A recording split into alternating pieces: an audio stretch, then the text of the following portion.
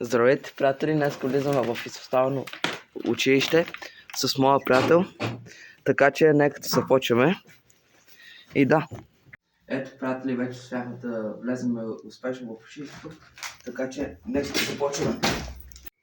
Ето, приятели, тук сега сме в първата стая, а именно кухнята. Както може да видите, има много кухненски уреди. Ето, приятели, сега отиваме към втората, където има по-голям сайт, има повече неща и по-интересно. Ето, сега влизаме и се качваме. Вече сме в антрето и тук имаме туалетник, по-точно баня. Нека да видим какво е в тази врата. Изглежда, че е заключена май. Не. Ето, стара класна стая и можете да видите колко много стайници.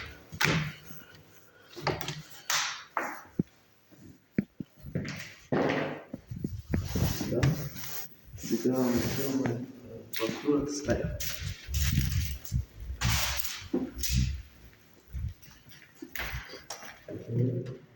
Обаче тя вече е заключена. Мисля. Да, заключена. Няма как да се отключи. И според няма как да се отворите. Ето тук. Имаме още една стая.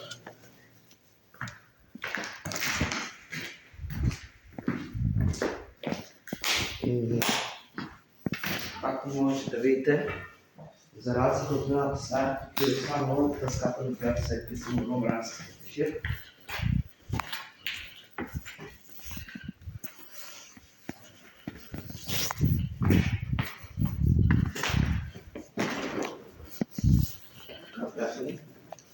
Сега тук посреща се отново една голяма стая.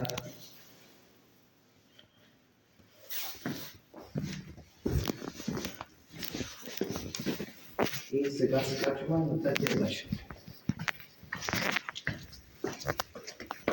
Така, приятели, в момента сме на третия етаж и първата стая, която ми посреща тази. Нека се видим какво е в нея.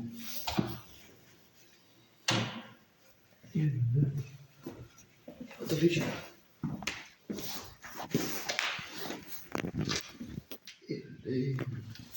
Това са предпазени животни. Има мида, има някакъв гърва, има риба, има и рак, има рачен рак. Снимай.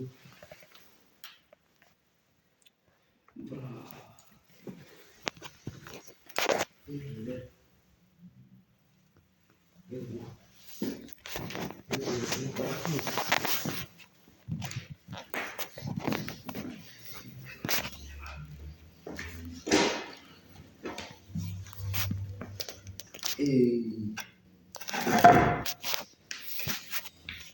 Има листа. Остави горната.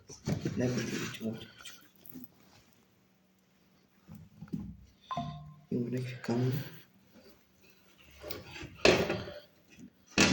Ето май.